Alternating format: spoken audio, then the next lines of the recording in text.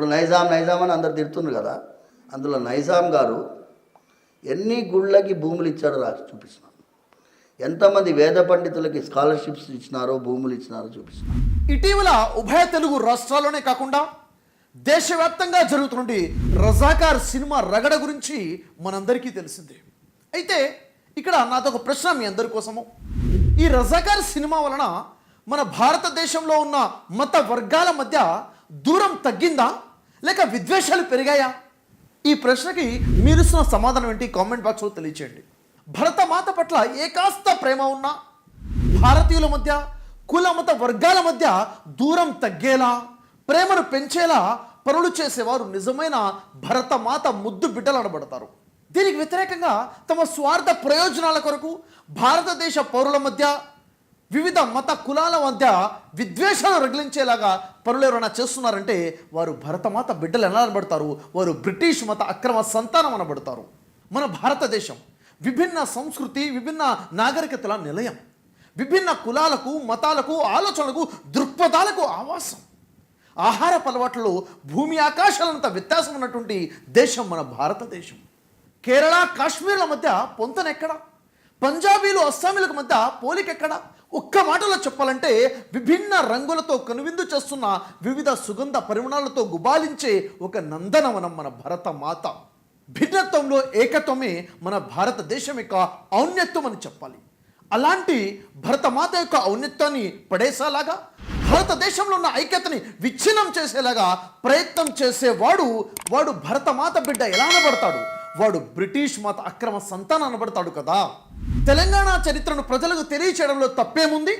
చరిత్రను తెలియచేయడం కోసమే కదా రజాకార్ సినిమా తీసింది అంటున్నారు. వాస్తవమే, చరిత్ర ప్రతి ఒక్కరికి తెలియాల్సిందే. ఎందుకంటే చరిత్రలో ఏదైనా తప్పు జరిగింది అంటే ఆ తప్పు మన జీవితంలో జరగకుండా చేసుకోవాలి, మన భవిష్యత్తులో అలాంటి తప్పు జరగకుండా చూసుకోవాలి. చరిత్రను చదివి చరిత్రలో ఏదైనా మంచి జరిగిందంటే దాన్ని చూసి మనం నేర్చుకోవాలి కూడాను, ఇలా మనం ఉండాలని. అయితే ఈ రజాకార్ సినిమాలో ఏదైతే చరిత్రను చూపించాము అంటున్నారో మరి ఆ చరిత్రను తెలంగాణ చరిత్రను యథాతథంగా చూపించారా లేక వక్రీకరించి చూపించారన్నది పెద్ద ప్రశ్న. ఎందుకంటే ఇటీవల కాలంలో ఇలాంటి సినిమాలు ఏవైతే వస్తున్నాయో, ఉదాహరణకి మొన్నటికి మొన్ననే ద కేరళ స్టోరీ అనే సినిమా వచ్చింది. ఈ సినిమాలో 35,000 మంది హిందూ యువతులను ముస్లింగా కన్వర్ట్ చేసి మత మార్పిడి చేసి విదేశాలకు తరలించి ఉగ్రవాదులుగా మార్చారు అనే విషయం అక్కడ చూపించడం జరిగింది.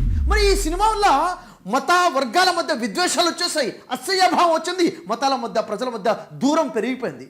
మరి ఈ విషయం ఎందుకు చెప్తున్నానంటే కేరళ స్టోరీ అనేది నిజాల పునాది మీద తీసిన సినిమా, ఈ వాస్తవాలు చూపించడం జరిగింది అని చెప్పడం జరిగింది. మరి ఈ సినిమా మీద ఎప్పుడైతే కేసు వేయడం జరిగిందో సుప్రీంకోర్టు దీని మీద పరిశీలించిన తర్వాత సుప్రీంకోర్టు ఇచ్చిన తీర్పు ఎంతమందికి తెలుసు? సుప్రీంకోర్టు చెప్పిన విషయం ఏంటంటే ఈ సంఘటన కేరళలో కేవలం 4 యువతుల మీద జరిగింది. ఆ 4 యువతులు కూడా వివాహం చేసుకుని కుటుంబ సమేతంగా విదేశాలకు వెళ్ళారన్న విషయం అక్కడ తెలియచడం జరిగింది. అంటే సుప్రీంకోర్టు చెప్తున్న విషయం ఏమిటంటే ఇక్కడ 4 విషయంలో జరిగిన విషయాన్ని 35,000 మందితో జరిగిందని ఎగ్జాగరేట్ చేసి ఎక్కువలో ఎక్కువ చేసి చూపించడం అనేది ఇదొక ఫిక్షన్, అంటే కట్టు కదా, కల్పితము. కాబట్టి ద కేరళ స్టోరీని ఒక స్టోరీగా ఒక సినిమా లాగానే చూడండి, ఇది వాస్తవాలు కాదు అని సుప్రీంకోర్టు ఏదైతే తీర్పిచ్చిందో ఎంతమందికి తెలుసు? ద కేరళ స్టోరీ కోట్లాది మంది చూశారు, కానీ ఈ సుప్రీంకోర్టు తీర్పు ఎంతమందికి తెలుసు? అంటే ఈ ద కేరళ స్టోరీ ఏ విధంగా అయితే ఒక ఫిక్షన్, అంటే ఒక అబద్ధము, ఒక కల్పితం అని కోర్టు తీర్మానించిందో, అలాగే ద కేరళ స్టోరీ అంతకన్నా కొన్ని వేల రెట్లు ఎక్కువగా ఫిక్షన్, బోగస్ సినిమానే ఈ రజాకార్ సినిమాని చరిత్ర తెలిసిన వారు చెప్తున్నారు. తెలంగాణ చరిత్ర చదువుకునే అనేక వ్యక్తులు సోషల్ మీడియా ముందు వచ్చి మాట్లాడుతున్నారు ఈ రజాకార్ సినిమా ఒక అసత్య చరిత్రని, బోగస్ అని, చరిత్రను వక్రీకరించారని. మీకు నిజంగానే తెలంగాణ చరిత్ర తెలుసుకోవాలనుకుంటే మా భూమి అనే సినిమా చూడండి. 1979లో చిత్రీకరించినటువంటి మా భూమి అనే సినిమాలో అసలు చరిత్ర ఏంటి, తెలంగాణలో జరిగిందేంటి, సాయుధ పోరాట యోధులు ఎందుకు పోరాటం చేశారు, అక్కడ జరిగిన పోరాట యొక్క ఉద్దేశం ఏంటో అక్కడ స్పష్టంగా చూపించడం జరిగిందని చరిత్ర తెలిసిన వారు మాట్లాడుతున్నారు. రజాకార్ సినిమాలో ఏం అసత్యం చూపించారు? దాంట్లో అఘాత్యాలు జరిగినట్టుగా చూపించారు కదా, దౌర్జన్యం జరిగినట్టు చూపించారు కదా, హింసలు చూపించారు కదా, అవి జరగలేదా? అది అసత్యం అంటే లేదు, జరిగిన అఘాత్యాలు ఉన్నాయి, జరిగిన దౌర్జన్యాలు ఉన్నాయి, జరిగిన హింస ఉంది. కానీ ఆ హింస ఎవరు చేశారు, ఎందుకు చేశారు, ఏ ఉద్దేశంతో చేశారు, యాక్చువల్గా అక్కడ దాన్ని పూర్తిగా వక్రీకరించి ముస్లింలు హిందువుల మీద చేసిన దాడిగా మార్చి చూపించారే, ఇదే వక్రీకరణ జరిగింది ఈ సినిమాలో. అసలు తెలంగాణలో జరిగిన పోరాటం ఏమిటి అంటే భూమి కోసం, భుక్తి కోసం, వెట్టి చాకరి విముక్తి కోసం సాయుధ పోరాట యోధులు చేసినటువంటి పోరాటమే ఈ తెలంగాణ పోరాటం. దేనికోసం చేశారు? మా భూముల కోసం చేశారు, భుక్తి ఆహారం కోసం చేశారు, వెట్టి చాకరి విముక్తి కోసం చేసినటువంటి ఈ పోరాటాన్ని ఇది మత మార్పిడి బలవంతంగా చేస్తుంటే దానికి వ్యతిరేకంగా చేసిన పోరాటంగా ఏదైతే రజాకార్ సినిమాలు చూపించారో ఇదే పూర్తిగా వక్రీకరించి చూపించినటువంటి చరిత్ర. నిజంగా చెప్పాలంటే ఇది ఒక నికృష్టమైనటువంటి ఒక పని అని చెప్పాలి. రజాకార్ సినిమా అనేది చరిత్రను బాగా రీసెర్చ్ చేసి తీసిన సినిమా అని ఎవరనంటే అది అబద్ధం. ఇది చరిత్రను బాగా వక్రీకరించి తీసినటువంటి అబద్ధపు సినిమా అన్నది నిజం. రజాకార్లు దారుణాలు చేశారు, దాడులు చేశారు, హింసలు చేశారు అన్నది నిజమే. అయితే రజాకార్లు హింసలు చేశారా? రజాకార్ల ద్వారా హింసలు చేయించారా? ఇంతకీ హింసలు చేయించింది ఎవరు? ఎవరిపై హింస చేశారు? ఎందుకు హింస చేయించారు అన్నది, దౌర్జన్యాలు చేయించింది ఎవరు, ఎవరిపై చేయించారు, ఎందుకోసం చేయించారు అన్నది ఇది ముఖ్యంగా మనం తెలుసుకోవాలి. అప్పుడే పోరాటం యొక్క ఉద్దేశం ఏంటో మనకు అర్థమవుతుంది. రజాకార్లు ప్రజల మీద దాడులు చేశారు, దారుణాలు చేశారు, హింసలు చేశారు, వాస్తవమే. అయితే ఈ హింసలు, దారుణాలు, దాడులు చేయించింది ఎవరు, ఎవరు చేయించారు, ఎవరిపై చేయించారు, ఎందుకు చేయించారు అన్నది చరిత్ర మనం తెలుసుకోవాలి. మన తెలంగాణ ప్రాంతంలో ఆనాడు మీర్ ఉస్మాన్ అలీ ఖాన్ రాజుగా నిజాం పరిపాలన జరుగుతున్న సమయంలో ప్రజల నుంచి పన్నులు వసూలు చేయడం కొరకు ఏదైతే పరిపాలన వ్యవస్థను ఏర్పాటు చేశారో దానిలోగానే గ్రామాలలో జాగీర్దారులని, దేశముఖులని, దొరలని, పటేళ్లని నియామకం జరిగింది. మరి వీరందరూ కూడా ఎవరు అంటే మనం పరిశీలిస్తే వారందరూ కూడా హిందువులే అన్న విషయం తెలుస్తుంది. మరి గ్రామాలలో ఎవరైతే భూస్వాములు, దొరలు ఉన్నారో వీరు ప్రజలను హింసించి, ప్రజలతో వెట్టి చాకరీ చేయించి ప్రజలు బానిసత్వంలోకి తీసుకుపోవాలని దౌర్జన్యం చేస్తున్న ఈ తరుణంలో ఆ బానిసత్వానికి వ్యతిరేకంగా ప్రజలు చేసిన పోరాటమే ఈ సాయుధ పోరాటము. ఇది వాస్తవం. ఈ పోరాటం కులానికి సంబంధించిందో, మతానికి సంబంధించిందో కానే కాదు. అసలు ఈ చరిత్రలో కులము, మతము అన్న ప్రస్తావన ఈ పోరాటంలో లేదు. కానీ దాన్ని కల్పించి రజాకార్ సినిమాలో చూపించడం జరిగింది. ఎవరైతే జాగీర్దారులు ఉన్నారో, దేశముఖులు ఉన్నారో, దొరలు ఉన్నారో, పటేళ్లు ఉన్నారో ప్రజలను హింసించడానికి, ప్రజలతో వెట్టి చాకరీ చేయించడానికి, ప్రజలపై దౌర్జన్యాలు చేయడానికి వాడినటువంటి సైన్యమే ఈ రజాకార్ సైన్యం. కానీ ఈ రజాకార్ సినిమాలో ఈ రజాకార్లే దోచుకున్నారు, ఈ రజాకార్లే దౌర్జన్యాలు చేశారని చూపించడం జరిగింది. వాస్తవానికి రజాకార్ల ద్వారా దౌర్జన్యాలు చేయించింది భూస్వాములు, అక్కడ ఉన్నటువంటి దొరలు చేయించారు. వారికి సైన్యంగా ఉన్నదే రజాకార్లు. మరి ఈ సినిమాలో ఎక్కడ కూడాను దొరలను కానీ చూపించడం జరగలేదు, ఎక్కడ కూడా వారి యొక్క గడిలను కూడా చూపించడం జరగలేదు. ఎందుకంటే సత్యం బయటపడుతుంది కాబట్టి కేవలం మతం మాత్రమే చూపించాలన్న ఉద్దేశంతోనే సత్యాన్ని దాచిపెట్టేశారు. ఇక్కడ కోట్ల రూపాయలు ఖర్చు పెట్టి తీసిన ఈ రజాకార్ సినిమా హైదరాబాద్ మరియు తెలంగాణ చరిత్రను ప్రజలకు అర్థమయ్యేలా చెప్పడం కోసం మాత్రమే తీశారు అని అంటే ఇది పచ్చి అబద్ధం. అసలు ఈ రజాకార్ సినిమా తీసిన ఉద్దేశం ఏంటో విజ్ఞత ఉన్న ప్రతి ఒక్కడికి అర్థమవుతూనే ఉంది. ఎలక్షన్ల సమయం వచ్చేస్తుంది. ఈ సమయంలో ప్రజలలో, సామాన్య ప్రజలలో హిందూ ముస్లింలనే మత విద్వేషాలు రగిల్చి ఆ విద్వేషంతో 80% ఉన్నటువంటి హిందువులకు ముస్లింలను బూచిగా చూంచి వారిపై అసహ్యం పుట్టేలా చేసి మతం ఆధారంగా ఓట్లను రాబట్టుకునే కుతంత్ర ప్రయత్నమే ఈ రజాకార్ సినిమా అన్నది ఒక నిజం కాదా? ఇది ప్రజలు అర్థం చేసుకోవట్లేదు అనుకుంటున్నారా? ఈ రజాకార్ సినిమాలో చూపించిన విధంగా మతం మారమని రజాకారులు హిందువులను బలవంతం పెట్టారని, మతం మారడానికి ఒప్పుకోకపోతే బలవంతంగా హింసించి తలలు నరికేశారని, ఉరుకంబాలు ఎక్కించేశారని, చెట్లకు వేలాడదీశారన్నది ఇది పచ్చి అబద్ధం. నిజంగా చెప్పడం ఒక హాస్యాస్పదంగా ఉంటుంది. చరిత్ర కొంచెం తెలిస్తే మనకు అర్థమవుతున్న విషయం ఏంటంటే ఒకవేళ బలవంతంగానే మతం మార్చే క్రమమే జరుగుతుంటే, ఆ పద్ధతే ఉంటే ముస్లిం రాజులు 200 సంవత్సరాలకు పైగా పరిపాలన చేశారు. రాజరికం ఉంది. నిజంగా బలవంతంగా ఇస్లాంలోకి మార్చడమే ధర్మంలో, ఇస్లాంలో ఉంటే మరి ఈరోజు 80% హిందువులు ఉండేవారు. ఒక్కసారి ఆలోచించండి. బలవంతంగా మత మార్పిడి అనేది ఖురాన్ ప్రోత్సహించదు, ఇస్లాం ప్రోత్సహించదు. జరగనటువంటి చరిత్రని జరిగిందని చూపించడమే ఈ రజాకార్ మూవీలో చేసినటువంటి ఒక వక్రత అని చెప్పాలి. ఈ రజాకార్ సినిమాలో ఎలా చూపించారంటే తెలుగు భాష నేర్పిస్తుంటే వచ్చి రజాకార్లు అన్ని చంపేశారని, తెలుగు భాషకు వ్యతిరేకంగా అసహ్యంగా వారు ఈ విధంగా చేశారని చెప్పేసి చూపించడం జరిగింది. వాస్తవానికి ఇక్కడ జరిగినటువంటిది భాష కోసం జరిగిన పోరాటం కాదు, ఇక్కడ జరిగింది మతం కోసం జరిగిన పోరాటం కాదని చరిత్ర తెలిసిన వాళ్ళకి స్పష్టంగా తెలుస్తుంది. ఇక్కడ మొత్తం కూడా ఈ సినిమాలో మసిపూసి మారేడుకాయ చేసినట్టుగా చరిత్రను పూర్తిగా వక్రీకరించేశారు. మత మార్పులు జరుగుతున్నాయి, ఈ మత మార్పులు వ్యతిరేకంగా చేసిన పోరాటం అనే చరిత్రలో ఎక్కడా లేదు. కేవలం ఈ సినిమాలో చూపించడం జరిగింది ఈ విషయాన్ని. జరిగిన ఈ పోరాటం భూమి కోసం, భుక్తి కోసం, వెట్టి చాకరీ విముక్తి కోసం సాయుధ పోరాట యోధులు చేసిన పోరాటం ఇది. మరి ఇలాంటి పోరాటాన్ని పూర్తిగా మార్చేసి మత మార్పులకు వ్యతిరేకంగా ప్రజలు చేసిన పోరాటంగా ఈ సినిమాలో చూంచడము అనేది నీచ నికృష్టమైన పనిలా కనిపిస్తుంది.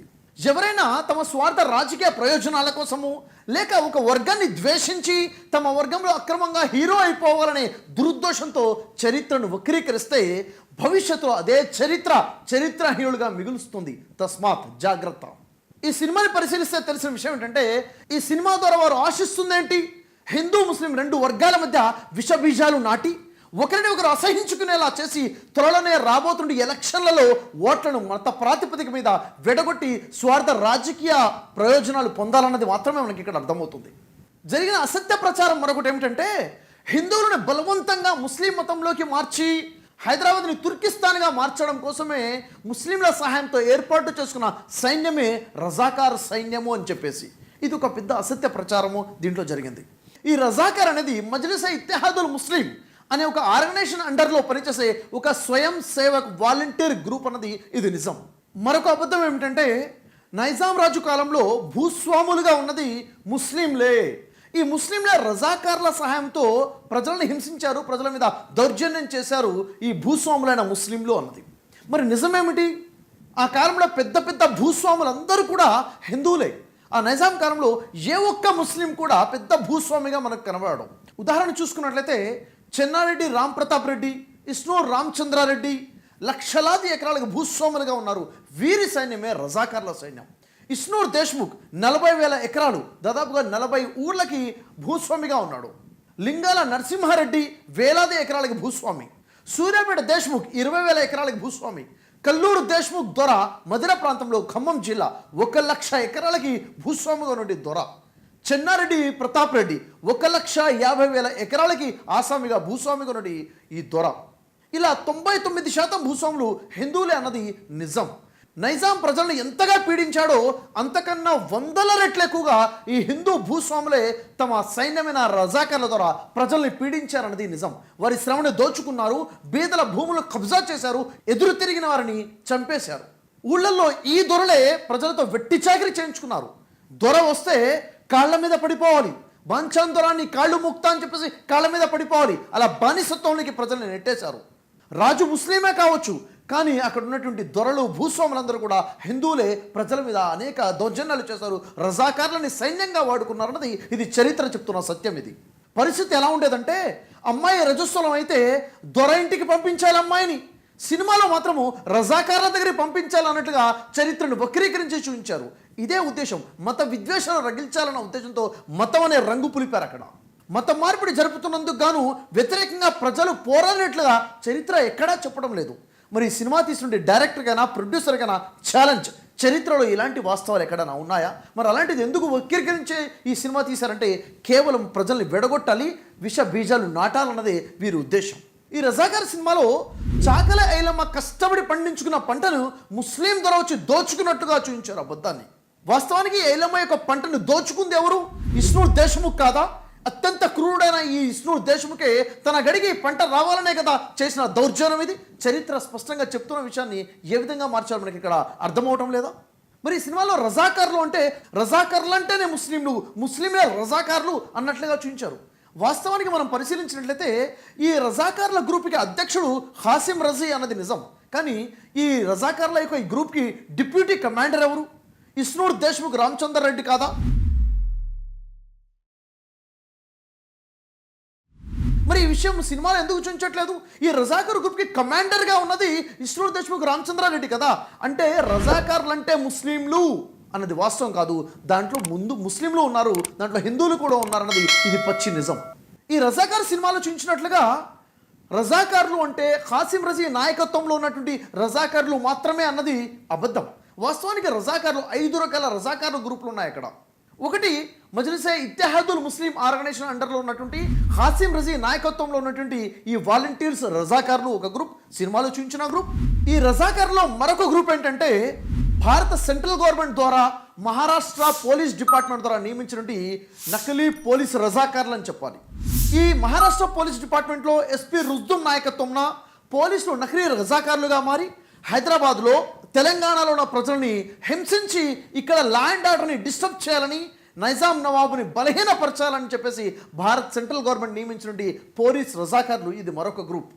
ఈ పోలీస్ నకిలీ రజాకార్ల ఇన్ఛార్జిగా పనిచేసినటువంటి ఎస్పీ రుజ్దుమ్ తన ఆత్మకథలో ఇలా రాస్తున్నాడు.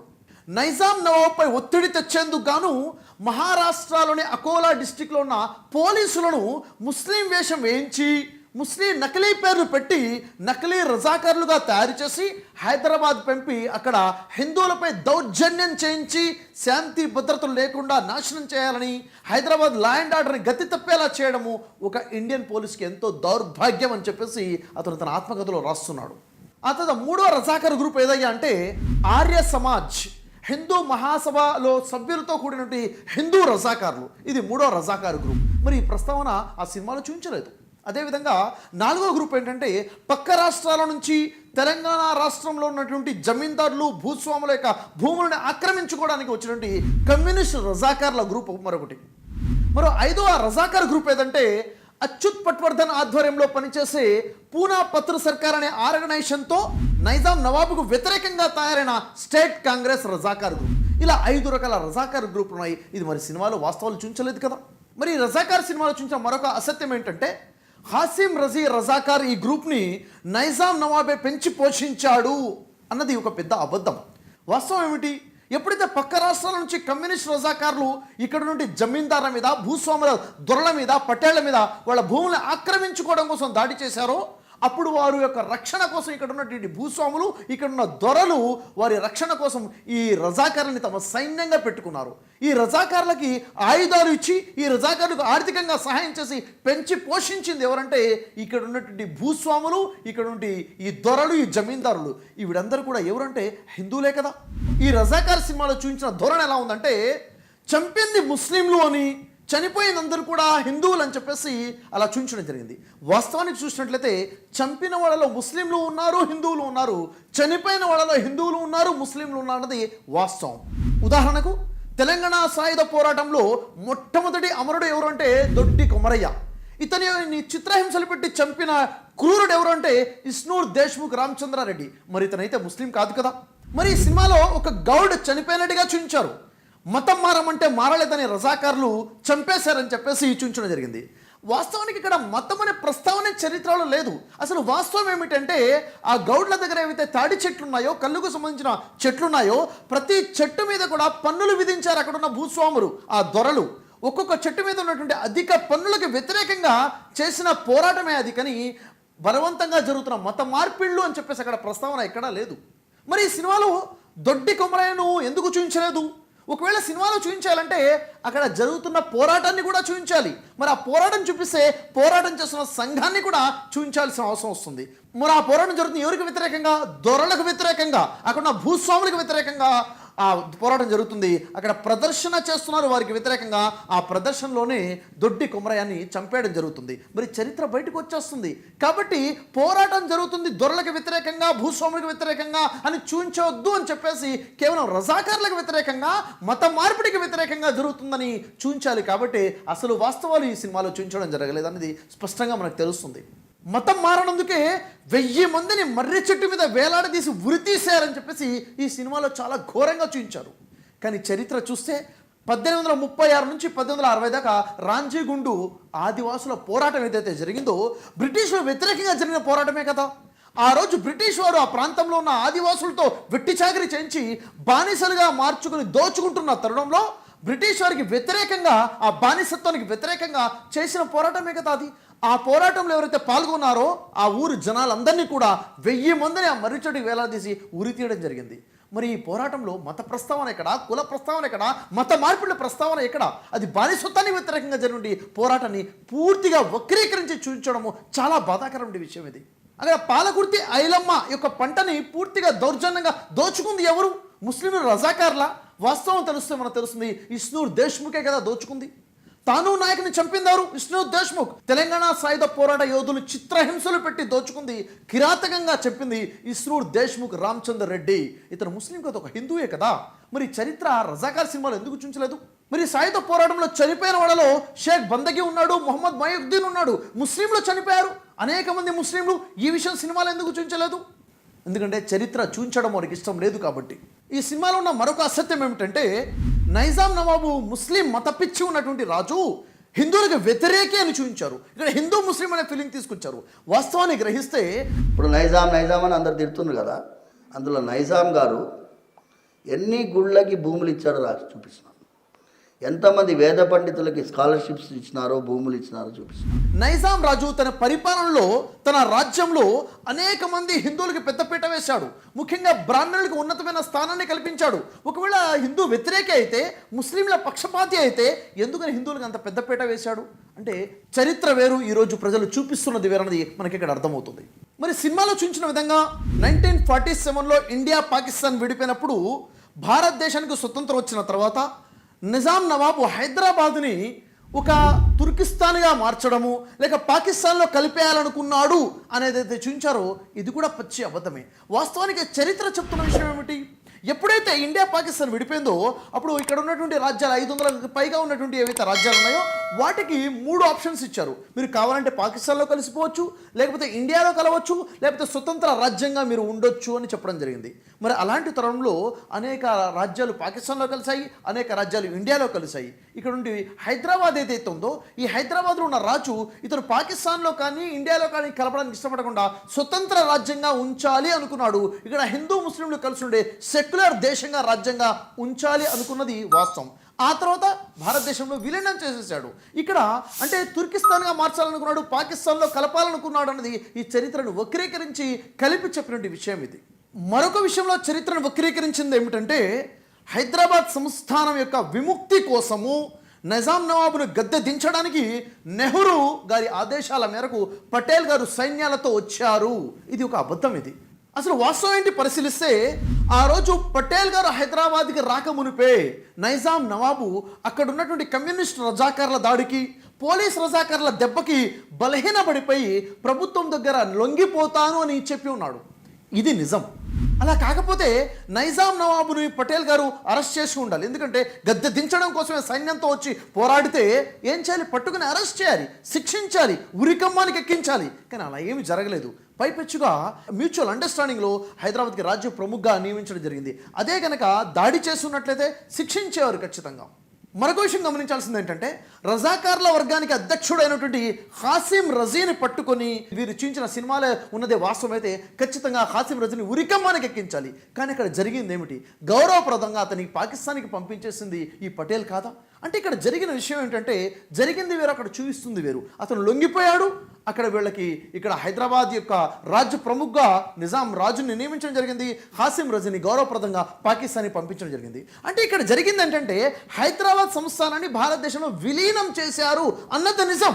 కానీ ఇక్కడ చూపించిందంటది ఇక్కడ హైదరాబాద్ ప్రజల్ని విముక్తి చేశారు అన్నట్టుగా చూపించారు. ఇది విముక్తి కాదు, విలీనం అనేది నిజమైన చరిత్ర. చివరగా చూసుకున్నట్లయితే రజాకార్ అనే సినిమా మరుగుపడిన తెలంగాణ చరిత్రని నేటి తరానికి గుర్తు చేసిన గొప్ప సినిమా అనేది పచ్చి అబద్ధం. రజాకార్ అనే సినిమా ఎలక్షన్ల ముందు స్వార్థపూరితమైన రాజకీయ లబ్ధి కొరకు తెలంగాణ సాయుధ పోరాట యోధుల యొక్క పోరాటాన్ని పూర్తిగా మార్చేసి హిందూ ముస్లింల పోరాటంగా, హిందూ ముస్లింల గొడవగా చిత్రీకరించి వక్రీకరించి చూపించినటువంటి చిల్లర సినిమా అన్నది నిజం. ఇక్కడ మనమంతా గమనించాల్సిన విషయం ఏంటంటే రాజకీయ నాయకులైనా రచయితలైనా కళాకారులైనా బాధ్యతాయుతంగా ప్రవర్తించాలి. అసలు మనం ఏం చేస్తున్నాము, మన భారతదేశ భవిష్యత్తుని మనం ఏం చేయాలనుకుంటున్నాము, మనం వేసే అడుగుల వల్ల రేపు భవిష్యత్తులో ఎలాంటి మార్పులు రాబోతున్నాయనేది ఆలోచించి ప్రవర్తించడం తప్పనిసరి. ఈరోజు మన చేతిలో అధికారం ఉంది అని, స్వేచ్ఛ ఉందని అనర్థాలకి పాల్పడి దౌర్జన్యాలు చేసి చరిత్రను వక్రీకరించుకుంటూ ప్రజల్ని వెడగొట్టే ప్రయత్నం చేస్తే గుర్తుంచుకోండి, ఇహలోకం తాత్కాలిక జీవితం, ఇక్కడ తప్పించుకున్నా కానీ పరలోకం శాశ్వత జీవితంలో మాత్రం తప్పించుకునే అవకాశం లేదు. జాగ్రత్త. ఒక విషయాన్ని గుర్తుపెట్టుకోండి, శాంతియుతంగా ఉన్న ఈ సమాజంలో కల్లోలాలు సృష్టించే విధంగా మనం పనులు చేస్తే దైవశాపం మన మీద పడుతుంది. ఇహపరలోకాల్లో ఘోరమైన దైవశిక్షకి బలికాక తప్పదు. ఎందుకంటే మన ధార్మిక గ్రంథాలు మనం చెప్తున్న విషయము, సృష్టించిన సృష్టికర్తన దైవం ఆ డివినిటీ పవర్ మనల్ని చూస్తుంది. మనం చేసే ప్రతి కర్మ ఆ దేవుడి యొక్క జ్ఞానంలో ఉంది. మనం మంచి చేస్తే తిరిగి మన జీవితంలో మంచి జరుగుతుంది, మనం చెడు చేస్తే తిరిగి మన జీవితంలోకి చెడు వస్తుంది. ఈరోజు అధికారం ఉందని విర్రవీగితే గతంలో ఎంతమంది రాజులు రారాజులు గతించిపోయారు ఒకసారి గుర్తుంచుకోవాలి. ఈ రాజ్యం శాశ్వతం కాదు, ఈ అధికారం శాశ్వతం కాదు, ఈ జీవితము శాశ్వతం కాదు. మనం చేసే ప్రతి పనికి కూడా మనం సమాధానం చెప్పుకోవాల్సిన అవసరం ఉంది. ఎందుకంటే నా జీవితం, నా అధికారం ఉంది, నా ఇష్టం అంటే కానే కాదు. ఎందుకంటే ఏదో రోజు చనిపోక తప్పదు. ఎందుకంటే ఈరోజు అనర్థాలు చేసుకుంటూ వెళ్ళిపోతున్నాం. ఈరోజు అధికార బలంలో మనకేం అర్థం అవడం లేదు, కానీ మరణం దగ్గర పడ్డప్పుడు విషయాలు అర్థమైపోతాయి. అరే మనం ఏం చేసామో ఆ రోజు పశ్చాత్తపడ్డా కానీ మన చేతిలో అవకాశం లేకుండా పోవచ్చు.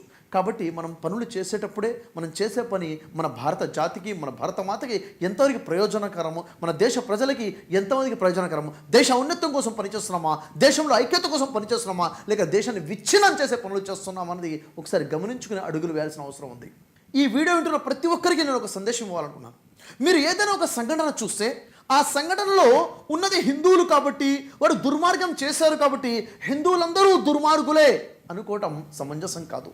లేక ఓ సంఘటనలో ముస్లింలు ఉన్నారు కాబట్టి వారు మూర్ఖులుగా ప్రవర్తించారు కాబట్టి అక్కడ ఉన్న ముస్లింలందరూ కూడా మూర్ఖులే, దౌర్జన్యపరులే అనుకోవడం కూడా మూర్ఖత్వం అవుతుంది. ఎందుకంటే ముస్లింలందరూ మంచివాళ్ళు కాదు, హిందువులందరూ మంచివాళ్ళు కాదు, అలానే హిందువులు ముస్లింలు అందరూ చెడ్డవాళ్ళు కాదు. మంచి చెడు అనేది అన్ని వర్గాలలో ఉన్నది అనేది గమనించాలి. ఎందుకంటే ఒకడు తప్పు చేస్తే ఆ వ్యక్తి తప్పే తప్ప అతను బోధించే మతం తప్పు కాదు. ఏ ధర్మం కూడాను, ఏ మతం కూడాను హింసించమని, దౌర్జన్యం చేయమని, బలవంతం చేయమని ఏ ధర్మం చెప్పట్లేదు. ఇక్కడ హిందువులైనా, ముస్లింలైనా, క్రైస్తవులైనా, ఏ మతస్థులైనా కానీ వ్యక్తులు 3 రకాలుగా ఉంటారు. ఒకటి కమ్యూనల్ ఉంటారు, అంటే మతోన్మాదులుగా ఉంటారు. అతను హిందువుల మతోన్మాది ఉండొచ్చు, క్రైస్తవుల్లో ఉండొచ్చు, ముస్లింలో ఉండొచ్చు. కమ్యూనల్ ఫీలింగ్గా మతోన్మాదిగా ఉంటాడు. లేకపోతే కామన్గా ఉంటాడు, అంటే common Hindu, common Christian, common Muslim అయి ఉండొచ్చు. మూడోది స్క్రిప్చర్కి తగ్గట్టుగా, ధర్మశాస్త్రానికి తగ్గట్టుగా ఉండే హిందూ, క్రైస్తవుడు మరియు ముస్లిం. మనకు కావాల్సింది సాధారణమైన ముస్లింలు, సాధారణ హిందువులు, సాధారణ క్రైస్తవులు కాదు, మతోన్మాదంగా ఉన్నటువంటి వాడు కాదు. మనకు కావాల్సింది ధర్మశాస్త్రానికి తగ్గట్టుగా జీవితం గడిపేవారు. ఒక హిందూ అయితే వేదాలకు తగ్గట్టుగా, వైదిక ధర్మం చెప్తున్న తగ్గట్టుగా, భగవద్గీత చెప్తున్నట్టుగా ధర్మాన్ని అర్థం చేసుకుని ఆచరించే హైందవుడుగా, వైదికుడుగా ఉండాలి. అదే క్రైస్తవుడైతే కమ్యూనల్ క్రైస్తవుడుగా కాకుండా బైబిల్ బోధిస్తున్న క్రైస్తవుడుగా ఉండాలి. అదే ముస్లిం అయితే కమ్యూనల్ ముస్లింగా, కామన్ ముస్లింగా కాకుండా ఖురాన్ బోధిస్తున్నటువంటి ముస్లింగా ఉంటే ఏ గ్రంథం చెప్తున్న ధర్మం ఒకటే, మనందరి సృష్టికర్తన దేవుడు ఒక్కడే, మానవత్వాన్ని చాటుతూ సర్వోజనో సుఖినో భవంతి అంటూ నిన్ను వల్ల నీ పొరుగువాడిని ప్రేమించమని, నీ పొరుగువాడి ఆకలిని చూడకపోతే నువ్వు విశ్వాసమే కాదని బోధించే మన ధర్మశాస్త్రాన్ని పట్టుకుని ఎప్పుడైతే జీవితం గడుపుతామో అప్పుడే మన భారతదేశంలో ఐక్యత వస్తుంది, మన భారతదేశం అభివృద్ధి పదాల వైపు వెళ్తుంది. ఇక్కడ ముఖ్యంగా ముస్లిం సోదరులకి ఒక ప్రత్యేకంగా సందేశం ఇవ్వాలనుకున్నాను. ఆ మెసేజ్ ఏంటి? అందరి కోసం కూడా, ముస్లింల కోసం అని కాదు, ప్రత్యేకంగా ఈ సందర్భం ముస్లింలకు ఎందుకు చెప్తున్నానంటే అసలు విషయం ఏమిటంటే ప్రతికూలంగా, అంటే వ్యతిరేకంగా జరిగే ప్రచారము, దాని యొక్క ప్రభావము, ఈ రెండు కూడా ఒకటి కాదండి. జరిగే ప్రచారం వేరు, అయ్యే ప్రభావం వేరు. చూడండి, ఒక వర్గానికి వ్యతిరేకంగా ప్రచారం జరుగుతుంది అంటే ఆ ప్రచారం యొక్క ప్రభావం వర్గం మీద పడుతుంది ఖచ్చితంగా అని మనం చెప్పలేము. ఎందుకంటే ప్రభావం పడాలా లేదా అన్నది అది దైవ నిర్ణయం, దేవుని చేతుల్లో ఉంటుంది. ఉదాహరణకి జాగ్రత్తగా ఆలోచించండి. ఒక 2 వ్యక్తులు ఉన్నారు. ఈ 2 వ్యక్తుల గురించి వ్యతిరేకంగా ప్రచారం చేయడం జరిగింది. మరి వ్యతిరేకంగా చేసిన ప్రచారం యొక్క ప్రభావం ఒక వ్యక్తి జీవితం మీద పడుతుంది, ఒక వ్యక్తి జీవితం మీద పడలేదు. అంటే ప్రభావం పడడము పడకపోవడం అనేది జరిగే ప్రచారం మీద ఆధారపడి ఉండదు. ఆ వ్యక్తి యొక్క స్వభావము, ఆ వ్యక్తి యొక్క జీవిత విధానము, ఆ వ్యక్తి నిజంగా తప్పు చేస్తే ఖచ్చితంగా ప్రభావం పడుతుంది. అది దేవుని చేతిలో ఉంటుంది. కాబట్టి ఇక్కడ నేను చెప్పాలనుకున్న విషయం ఏంటంటే వ్యతిరేకంగా ప్రచారాలు జరుగుతున్నాయి. ఏదో ఒక సినిమా వల్లనే మా మీద ప్రభావం పడిపోతుంది అన్నది నిజమా? అంత బలహీనంగా మన సంబంధాలు ఉన్నాయా మన సోదరులతో, హైందవ సోదరులతో? నిజంగా ఇంత వ్యతిరేకంగా ప్రచారం జరుగుతుందంటే ఎక్కడైనా మనం స్వయంకృత అపరాధం ఏమైనా ఉందా? మన మీద దేవుడు మోపిన బాధ్యతలు ఏమైనా మనం మర్చిపోయామా? ఒక ఉత్తమ సమాజంగా దేవుడు మనకిచ్చినటువంటి బాధ్యతలు ఏమిటి? ప్రజల్ని ఏ విధంగా ప్రేమించాలి, ప్రజలతో ఎలా సత్సంబంధాలు కలిగి ఉండాలి, ప్రజల యొక్క హక్కులు మన దగ్గర ఏమున్నాయి, ఏ హక్కులు నెరవేరుస్తున్నాం, ఏ హక్కులు మనం నెరవేర్చట్లేదు, గ్రంథం చెప్తున్న, ధర్మం చెప్తున్న ఇస్లాం ఏంటి, మనం ఆచరిస్తున్న ధర్మం ఏంటి, ఒకసారి ఆలోచించండి. ఎందుకంటే ఎవరో ఏదో ప్రచారం చేసినంత మాత్రాన మన సత్సంబంధాలు తెగిపోతున్నాయంటే, అంత బలహీనమైన సంబంధాలు మన సోదరులతో మనం ఏర్పాటు చేసుకొని ఉన్నామంటే అది ఖచ్చితంగా మన తప్పే. ఎందుకంటే మానవులందరూ కూడా ఒకే తల్లి, ఒకే తండ్రి సంతానమని, రక్త సంబంధికులని ఖురాన్ బోధిస్తున్నప్పుడు అలాంటి సంబంధం మనం ఏర్పాటు చేసుకున్నామా లేదా ఒకసారి ఆలోచించాలి. ఎందుకంటే ఒక దగ్గర మన మీద చెడు ప్రచారం జరుగుతుందా, సమస్య లేదు. కానీ చెడు ప్రభావం మన మీద పడుతుంది అంటే తప్పు ఖచ్చితంగా మనదే అనే విషయం అర్థం చేసుకోవాలి. ఇక్కడ మనం సవరించుకోవాలి, మన ఆలోచనలో సవరణ రావాలి, మన ఆచరణలో సవరణ రావాలి. ప్రజల హక్కులు ఏవైతే మనం కొట్టేస్తున్నామో ప్రజల హక్కులు ప్రజలకి అందించే మనం ప్రయత్నం చేయాలి. సో సృష్టికర్త నా దైవంతో ప్రార్థిస్తున్నాను, ఓ దైవమా, ఈ భారతదేశంలో ఉన్నటువంటి మన భరతమాత ముద్దు బిడ్డలుగా ఉన్న హిందూ, ముస్లిం, క్రైస్తవ, సిక్, ఈసాయి ఎవరైతే ఉన్నారో ప్రతి ఒక్కరిని కూడాను ప్రేమానురాగాలతో కలిసి ఉండి భారతదేశాన్ని ఐక్యమతో ఉన్న గొప్ప దేశంగా తయారు చేసే భాగ్యాన్ని ప్రసాదించాలని చెప్పేసి జై హింద్.